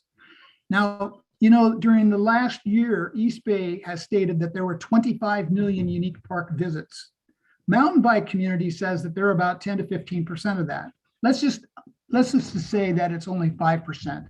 That means that one ticket was handed out for every 38,000 bike uses in the parks. I don't know how you know, that is a very big number, 38,000 bike uses, 5% of the 25 million in 1 month, in a 1 year period. It's almost none. It's 2.7 tickets across all 73 parks. In other words, East Bay is not doing any enforcement when it comes right down to it on bike use. You're being asked to weigh in on an issue as to whether bike use should be expanded. And my question to you is, what is East Bay doing to protect the people that are using the trails today? When I lead hikes for the Sierra Club, which I do on a regular basis, and people scream by us on bikes, there is nothing that can be done. We put at risk people walking on these trails when we have illegal bike use, and there is illegal bike use. I hike Garin, I hike Las Trampas, I hike Mission Peak. There are electric bikes on all of those trails across those parks. Electric bike use is supposed to be restrained to Alameda Creek Trail, Canal Contra Costa Trail, Iron Horse Trail, and a couple of others. Why are electric bikes being allowed on trails outside of those paved trails? Where is East Bay Regional? Why aren't they enforcing the existing regulations? So obviously they've made a decision that it's not important. And when Brian says we don't want to over police, excuse me, 120 tickets in a 44-month period is not over policing. The park district has stepped away from the responsibility to protect habitat and act as a steward in these parks. And that means that when I come across a whip snake run over by a bicyclist, that's a problem. And I don't see the district taking this responsibility in a really strong way. What I hear is the general manager saying, we're done talking, we need action. What I hear Brian. And I apologize if you could just wrap up your comments as we're at the 3 minutes. Please. Absolutely. So the bottom line is that staff has a responsibility to treat all users with equality, and they want to make sure that the mountain biking community is satisfied. There's no way to satisfy the mountain biking community. You give them greater access, they're going to take it, and there's no controls on that usage. Thank you very much. Thank you. Next, we have Norman LaForce. Thank you. I'm Norman LaForce. For those who don't know me, I'm Sierra Club Chair of the East Bay Public Lands Committee, and I am speaking now on behalf of the Sierra Club.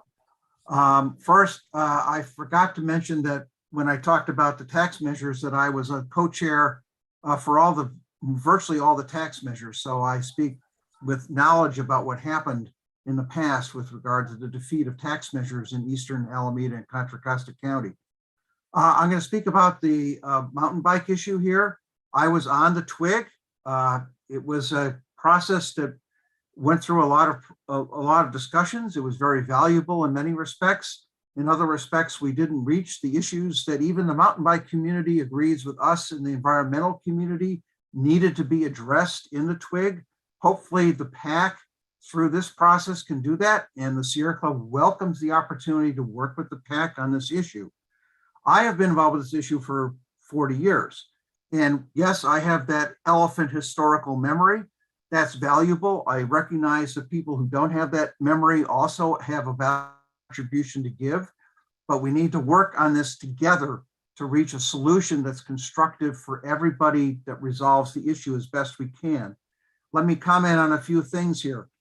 Close to 90% of the actual park users on trails are hikers. So the notion that somehow the mountain bike community is an interest group that is expanding is simply not true. The actual people who use the trails are hikers. I have to respectfully disagree with Brian Holt. There is no controversy as to whether or not multi-use trails should be narrow trails should be open to multi-use. 63% of those who were surveyed on the twig said no. That's a huge number. And you can say, yes, that was only the twig members. I recognize that. That's a poll taken by that survey, but the staff representing to you that this is a controversial issue is not accurate, because it is not. 62 to 63% of those of the twig polled said no multi-use on narrow trails. We come to the issue of the Mizu Trail in Wildcat Canyon. That was not community driven. The environmental community had no knowledge that the mountain bike community approached the staff and the park district about that issue. We only learned about it later. To say that that was a community driven proposal is simply not accurate. And I'm sorry, I respectfully disagree with the staff on that. It was not. It's a major issue. It goes through a major area of a prime habitat area that the environmental community considers very important. And the park district has not been transparent in how that process was being developed. The PAC needs to take that on as an issue. As to e-bikes, the issue here is— We have about 1 minute left here. So just if you could wrap up, very please. much. I'm almost done, because e-bikes are very important. I'm an attorney. I practiced law defending enterprises that had ADA issues. And basically I would tell my clients, you got to do X, Y, and Z to meet with the Americans with Disabilities Act. Don't tell me you're not going to do it, because you're going to lose. Okay. And the fundamental issue with the ADA is that you have to provide a reasonable accommodation to a person who has a disability. And so the issue here, which the park district has not addressed at all, is the fact that if you open up a trail, I don't care what trail it is, narrow trail, multi-use trail, fire road, if it's open to mountain bikes, you're going to have an issue of whether or not under the Americans with Disabilities Act, that as a reasonable accommodation, you have to open this up to any person who uses an e-bike. Norman, I'm really sorry, but we do have to move on to the next person. Well, Thank you very much. I'm sorry, Thank let you. me finish, please. And there needs to be an open— I've given you more time. I apologize. You can submit. So next we're going to move on to Amelia Marcia. Process with the PAC on this issue. Amelia? Thank you. Hello, everyone. Can you hear me okay? Yes. Can you hear me? Great. Okay, my name is Amelia Marshall. I am very grateful to have had the opportunity to serve on the Trail Users Working Group. After that adjourned, I accepted an invitation to be the Trails Chair for California State Horsemen's Association Region 5. We are a consortium of equestrian groups in Alameda and Contra Costa counties. And I'm here today to state 3 positions that CSHA Region 5 has adopted and hope you will consider. Number 1, CSHA opposes narrow trails being designated for multi-use. The new engineered narrow trails that are identified as being for multi-use do not provide enough room for equestrians and hikers to get out of the way of the bikes. It's a problem. Narrow trails designated for multi-use soon become bicycle-only trails. We see this at Crockett Hills. We see it at Almond Ranch. We see it on the Ponte Ridge Trail in Marin County. Mountain bikers should have some trail access, but putting bikes, horses, and hikers together on the same narrow trails is an incompatibility and result in the bikes driving out all the other users. Number two, CSHA opposes the use of motorized bicycles on parkland trails. Ordinance 38 and the master plan of 2013 did not anticipate that we would have souped up heavy duty e-bikes that can go in excess of 37 miles per hour and have oversized tires and shock absorbing suspensions so they can be bounced over rocks along the trail and terrify the hikers and the horses. You see the riders with their face shields so they can't be identified or held accountable for reckless riding. Item 3, CSHA supports increased funding for the Park District Police Department. Some agencies have rangers who write tickets. The model for the East Bay Regional Park District is to have sworn police officers. We need to have more of those. We need to increase their salaries so that they are competitive with the salaries in surrounding agencies. In order to have everyone on the trails know what the rules are, you need consistent law enforcement, and consistent law enforcement is the best form of trail user education.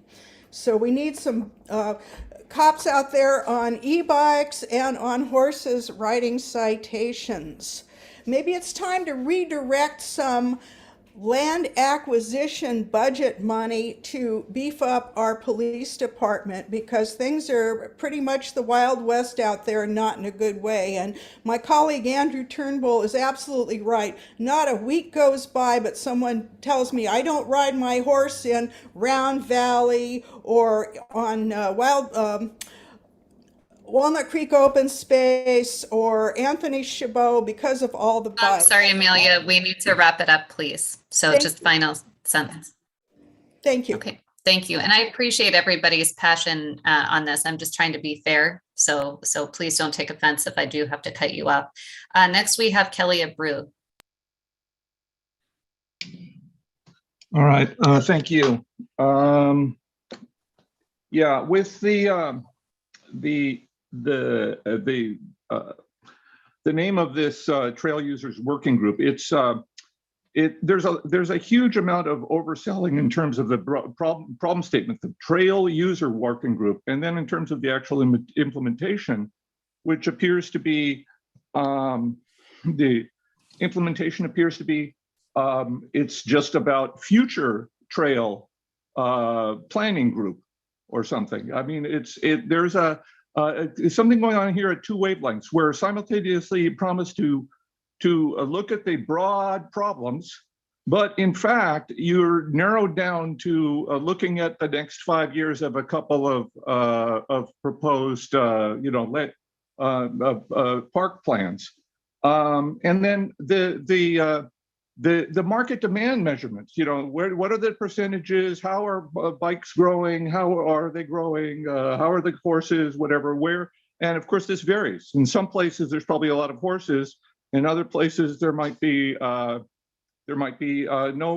bikes or whatever. And the trails use should be adjusted according to market demand and the shifting market demand. Imagine if we had a group called the Road Users Working Group, and then we quickly narrow that down to just the a proposed giant new development somewhere, and we're going to be working on that. And also, there's no sense of history here. What have you done in the last 10 years? What trails have you been opened? What parks have been opened? How many of them were existing ranch roads? How many of them were actually new trails?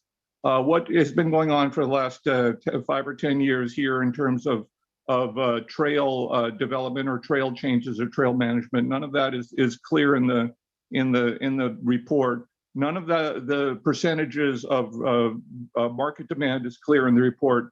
Nothing is clear. It's kind of a mishmash, and it kind of seems like this is not a trail users working group. This is kind of what are we going to do in our 3 new wonderful parks? and a couple of tiny little problems that we're going to be that are the only problems that are actually going to be solved by this group. Thank you. Thank you. Next, we have Stephanie Wu. Go ahead, Stephanie. Hi there.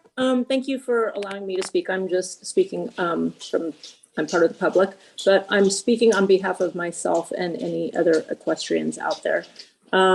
I have been, or I was before, working with the volunteer mounted police in the East Bay. And I currently have 2 horses at Anthony Chabot Equestrian Center. I also have 2 identical twin daughters who are special needs that I take riding with me multiple times a week. And I love our parks. I think, we're trying to do the best that we all can. I don't think that the issues around mountain bikes are with the people who actually adhere to the rules. For the most part, we've run into really, courteous people, whether they're hiking, biking, or whatever. But opening up access to single track trail, I think will only encourage the people who already break the rules to do it more so, because people who adhere to them don't do it.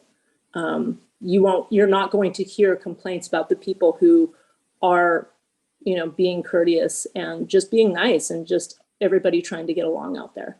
But I would really hate to see those narrow trails opened up, especially if I'm taking my kids out and something happens with those electric bikes, which actually happened the other day with a friend and I.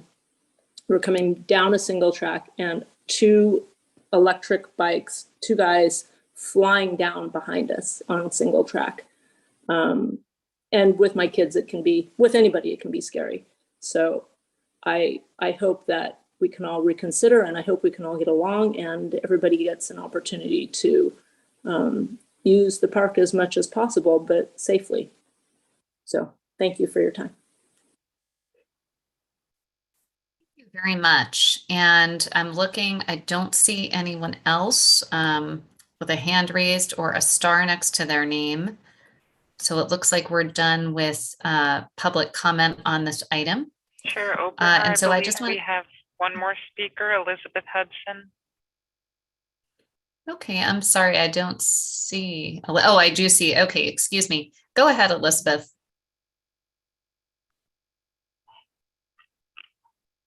Elizabeth, would you like to speak to the group? Okay, yes. I'm Elizabeth Hudson. I am an equestrian. I have 2 horses. I do volunteer with the East Bay Regional Park District Trail Safety Patrol. Both of my horses are certified for the volunteer mounted patrol. As a teenager, I used to ride in Redwood Regional Park and Lake Chabot. Now I live out in the Walnut Creek area, so I ride in Diablo Foothills. A lot of the horse comments I agree with, and so I don't want to repeat them again. The bikes that we're seeing in 2022 are totally different than, I was trying to start my video, but I can't, I'm sorry. The bikes that we see in 2022 are totally different than the bikes that were allowed when the park district first said bikes were allowed. I think there's been reference to how technically advanced they are. They track their time on Strava. They are racing through the parks at well over 15 miles per hour. The speed is a big, it's very dangerous for horses. It's very inconvenient for people who want a nature experience. A lot of other comments I agree with, but to sum it up, unless you have consistent and believable enforcement, it doesn't matter what your rules are. The bikes are on every trail, whether they should be or not. There are some that obey the rules and stay on the trails that are legal, and there are enough that disobey and go on any trail they want. They do scare away the other users. I have a lot of friends that hike, a lot of older hikers. They will not go on certain trails anymore because of the encounters with the bikes. Enforcement does need officers and rangers. It should start to take advantage of technology. There are cameras, there are tracking devices, and the park district cannot afford to put an officer at every trailhead. I think technology needs to be employed so that enforcement becomes real and consistent and can hold up if it gets challenged in court. So thank you very much. I love the Park District. It is one of the best things about the Bay Area. And I would like to see everyone be able to enjoy nature safely. And I think separate trails are something that we really have to consider. Thank you. Thank you, Elizabeth. Now I do see Christina Kelhurner has her hand up. Thank you, Chair Obringer, and I apologize. I'm home with a bad cold today, so I hope you can all hear me okay.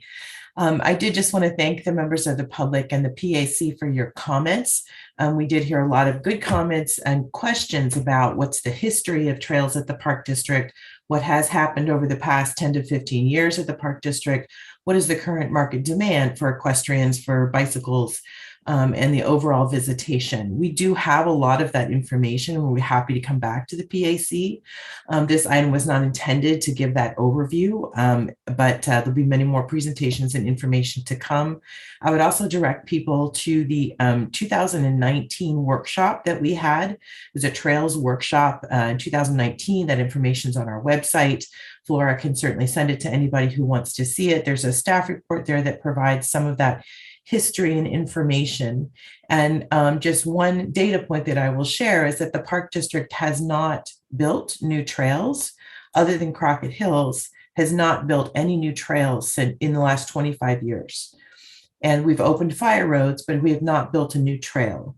And part of the reason is because of the overall community disagreement that you're getting a taste of tonight about who should get to use new trails as they are constructed. And so part of, I think that someone asked a good question of what sort of prompted this discussion and prompted having this conversation coming to the PAC.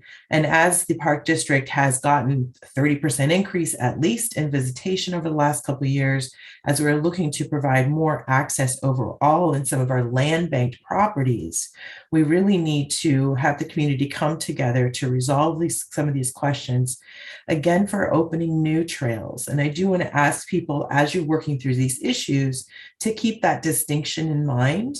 The proposals that you've heard tonight, the projects that are coming forward, are for constructing new trails.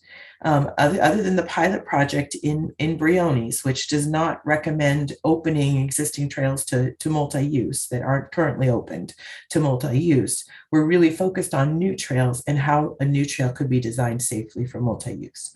So, but lots more to come on this, and there's more information on the website. We hear the request and the questions for more context, more history, and we'll be happy to provide that for the PAC's consideration. Thank you. So I just want to make sure, because I didn't officially close the public comment, I just want to make sure that there's no one else who I missed. So I'm looking through one more time, and I don't see any other hands raised. And so Flora, can you help me, please? Is there anyone else who's indicated that they would like to speak on this item? Thank you, Chair. There is no additional public comment at this time. Okay, thank you. So we're going to close the public comment, and then, so my understanding is that, again, this was an informational item. And so I think that we did hear, you know, what the next steps will be with this. So I appreciate everyone who provided feedback. And I just want to see if there's anything final that Brian Holt wanted to share with us, as Brian, you'd made the presentation. Thank you very much, Chair Obringer. I think Christina said it all well. That is the challenge. We've been very successful in acquiring new land, and we continue to see how much everybody loves our parks, and we are working to just balance the need for environmental protection and also respecting the public's desire to access those parks, and just trying to work through that. And as mentioned, you got a good flavor of just, what the discussion has been. I see Flora did post the link to the Trail User Working Group page. There is, like I say, the study that was done, sort of surveying other agencies in the Bay Area and what they do, how they manage this. There's also information in there about some of the demand that has been seen, and just a range of other information that's on there that can give you a lot of data there. So thank you very much for entertaining this, and we look forward to continuing the conversation. Thank you. And then just one final question I have, because I came into the conversation late. So you heard there was a lot of feedback today, a lot of questions. So what will happen with the feedback? How will that be used? Well, I mean, I will share that this is not new feedback for staff. We've heard many of these comments for years. And so it kind of comes in there. I would ask the PAC members to consider who they're not hearing from, and just recognizing that there are many voices also that have been weighing into this conversation in different ways. They didn't necessarily appear at this meeting, but there are a number of different interests around this. So we take that input in, and we listen to it all, and we'll be considering it as we move forward, and will certainly be useful in helping us provide the PAC with the information that they need to make good recommendations on this. So I heard a number of things that would be helpful for whether for education purposes or whatever. And I would also offer to individual PAC members, just myself or Devin, feel free to reach out to us if you have questions about things, and we'll do our best to get you the information that you need. Okay. And is there a timeline for, having, continuing the conversation around this? Oops, sorry. Yeah, like I say, the next time that we expect to be in front of you with a trail related item would be at your May meeting, when we will be bringing forward a draft work plan for the Briones pilot project. Got it. Okay. Thank you very much. All right. So the next item that we have is we have some staff comments. So I believe we're going to hear from Eric Fueller, our Chief of Government and Legislative Affairs. Yeah, thanks, Carolyn. And I'm happy to announce that Dr. Ana Alvarez, our Deputy General Manager, will be assisting in the efforts to essentially reimagine the PAC. She is working with the Government Affairs team, and she was hoping to be here tonight, got pulled away by something unexpectedly. And so I was hoping she could make some remarks to that effect, but she won't be able to tonight. So in the meantime, I will work with her to try to communicate with you all, probably via email prior to the April meeting, for an update on where we are with those procedural documents and other materials. But it's good to have a partner on staff to help move that forward, and we're looking forward to working through it. Great. We look forward to that. I did have the pleasure of meeting her at a recent event, and she expressed excitement about working with the PAC. So that'll be good. So we can work on that together. Okay. Now we are at the point in the agenda where I wanted to see if there are any committee members who would like to make any comments. Any members of the PAC? Oh, Susie, please. Hi. Hi. So I did want to clarify for myself when we are expected to make comments or recommendations for the trail group, reports, because a lot of information was presented tonight. I do plan to come to the April 18th meeting. I believe that's a back and forth discussion, maybe some more presentation. But yeah, I'm just a little unclear about the timing of when Brian and others are hoping we're going to have some recommendations. So Brian, I heard you mention something about coming back to the PAC in May, but is there an interim step? No, that's that'll be the next. This will be a bit of an iterative process, and I don't have a deadline for you for when to provide recommendations. You know, as you heard, there's sort of really strong feelings on both sides of this issue, and there is a lot of deep history here there. So I can give you a schedule in terms when we are going to bring specific items forward. I think you know, it'll be like you say, there was a lot of information there, so I think that's really kind of going to start to drive the schedule, as sort of, you know, what's the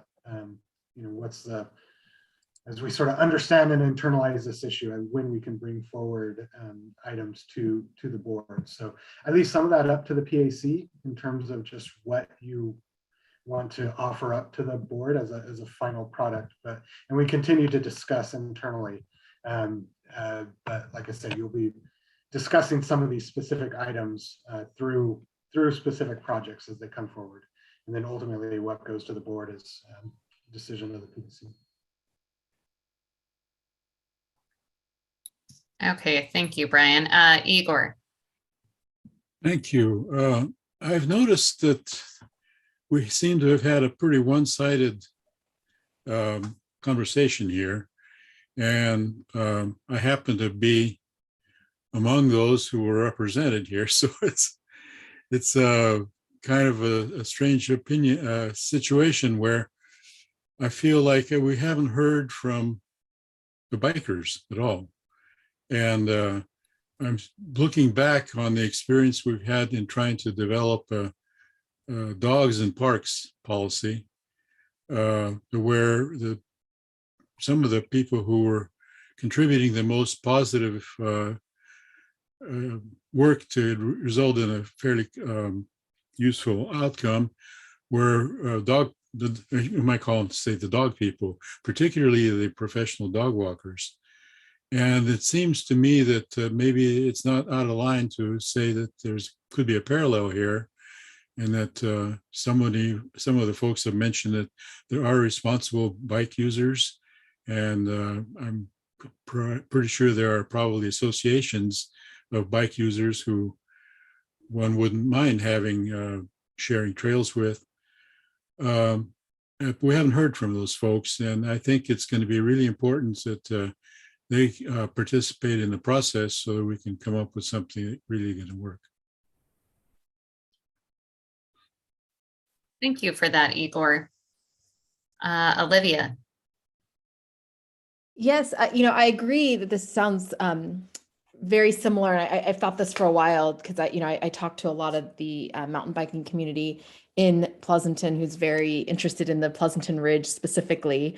And when I initially started speaking with them, I did mention the Dog and Parks initiative that the PAC had taken on a couple years ago. And I'm wondering if there's a way, in parallel to the draft working plan for Brione's pilot project being done, if there's a way we can experiment with some sort of feedback mechanism online. I know it can be very challenging, even though right now with Zoom, it does make these meetings so much more accessible, but you know, people have different deadlines and work meetings and work projects going on. And I was wondering if we can somehow set up some sort of space online for people to be able to share their comments and maybe some feedback, and maybe we could even somehow segment it by park. For example, you know, one of the things I would love to better understand when I talk to some members of the mountain biking community in Pleasanton specifically, they like to tell me that they don't see a lot of equestrians using the trails, and that may be true, or, you know, maybe at different times there are more equestrian users versus mountain bikers, and it might be helpful to have that online space to try to get some of that feedback for each specific trail. So it's one idea that I'd like to share as a possibility. Thank you. It looks like Jim, you wanted to respond? Just really quickly, I appreciate Committee Member Slawong's comments, because we are looking at that. whether or not we can get that together before the May meeting is, obviously the challenge to do that. But I appreciate the input. And I've really enjoyed listening to everybody's comments today, including members of the public. Obviously, this is an issue that I've been in this business for like 34 years. These are all pretty common comments I've heard over the years. And the one thing I will say is that we need to try something. That's something that we're going to work through the pilot program to try something where we can find some balance in these uses and meet the needs of all the user groups. So I'm really looking forward to talking with all of you in May about our ideas around the pilot project, and look forward to it. Thank you. Okay, it looks like we still have a few more folks. Go ahead, Rick.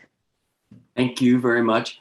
Just a couple of things. One, responding to Igor, there actually were two very responsible mountain bikers on the TUWG, Austin McInerney and Scott Bartle. I can't pronounce his last name. Anyway, they're both responsible, very involved mountain bikers who I think did, if you look at the reports, they had good input. So the mountain bikers were involved, but I agree with you, we didn't hear that tonight.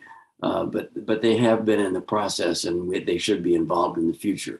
And secondly, I would just say that I attended, along with Igor and Rochelle, the dedication of the Brickyard Cove area at McLaughlin East Shore State Park on Saturday, and it was a beautiful day and a beautiful ceremony, and a great addition to the East Bay Regional Parks. And Rick rode his bike to it. Of course. Thank you, Rick. Irene? Well, I just wanted to thank staff for their presentation, Brian and the others, because really what we had talked about last time was actually not starting from scratch. We asked, to begin this discussion from the controversial issues. And the fact is that all the user working group were represented by all the different factions who have an interest in the trails. So I don't see our role here as recreating another working group, but to take what we've learned from all those discussions and bring them here at a new starting point. So I just want to, in all fairness to staff, they did exactly what we had asked them to do. So hats off. And I think we're at a good, we learned something this time, that we're really talking about new parks and not existing parks. At least that's what I heard. So thanks again. Thank you. I'm looking to see. So I don't see anybody else's hand raised. So I wanted to thank everybody for your comments. And clearly this conversation is going to continue because this is a very complicated topic with a lot of different viewpoints. So moving on to item number 9. So I just will share, I had the opportunity, I know that several of you were out there. I was with Rick, and I know that Director Rosario was there as well. And a few others. We had the chance back in a few weeks ago now to get a sneak peek and tour. Well, there were a number of spots on the tour, like the Shoreline Regional Park in Bay Point, and then we stopped at the Thurgood Marshall Regional Park south of Bailey Road, and so I'm very excited about that starting to come online. So there were wonderful wildflowers in bloom, and there's many things happening with the Naval Weapons Station redevelopment, but I think that that's one of the best things and one of the most popular, I will say. So I want to just say thank you for the opportunity, and I know there'll be some tours for the public, limited tours. So look forward to that opportunity. And we haven't had any executive committee or committee meetings, so I don't have anything in those areas to report out to the group, which would be item number 10, board committee reports. We don't have any at that time. I'm not aware of any old business, so I don't know if there's anything that anyone else wanted to bring up, but I don't have anything on my agenda for that.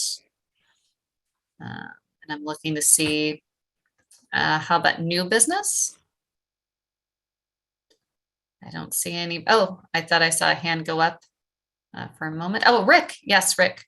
Yeah, just your mention of the field trip to in Concord reminds me that there is another field trip coming up on April 22nd, which includes, among other things, Vasco Caves. It's going to be via district vehicles, bus from Peralta Oaks, but I would encourage folks who have the time to join the field trip. It's going to be a very interesting tour of Vasco Caves. Thank you for letting us know that.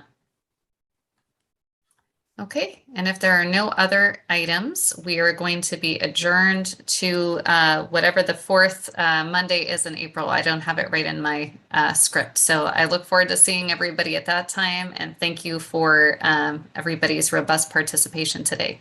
Rick, can I ask Thank a you. question? Rick, when have we gotten an invitation to that, to April 22nd, an official one where we can respond so you can count heads? I believe we had, no, I don't think we have, but I think it should be coming out soon. Okay. Yeah, I don't remember seeing anything in particular, but it will be coming out. Okay, thank you. Okay, great. And that gave me time to find out when the fourth Monday of the month is in April. And so we will adjourn to April 25th.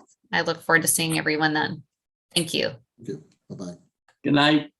Good night, everybody.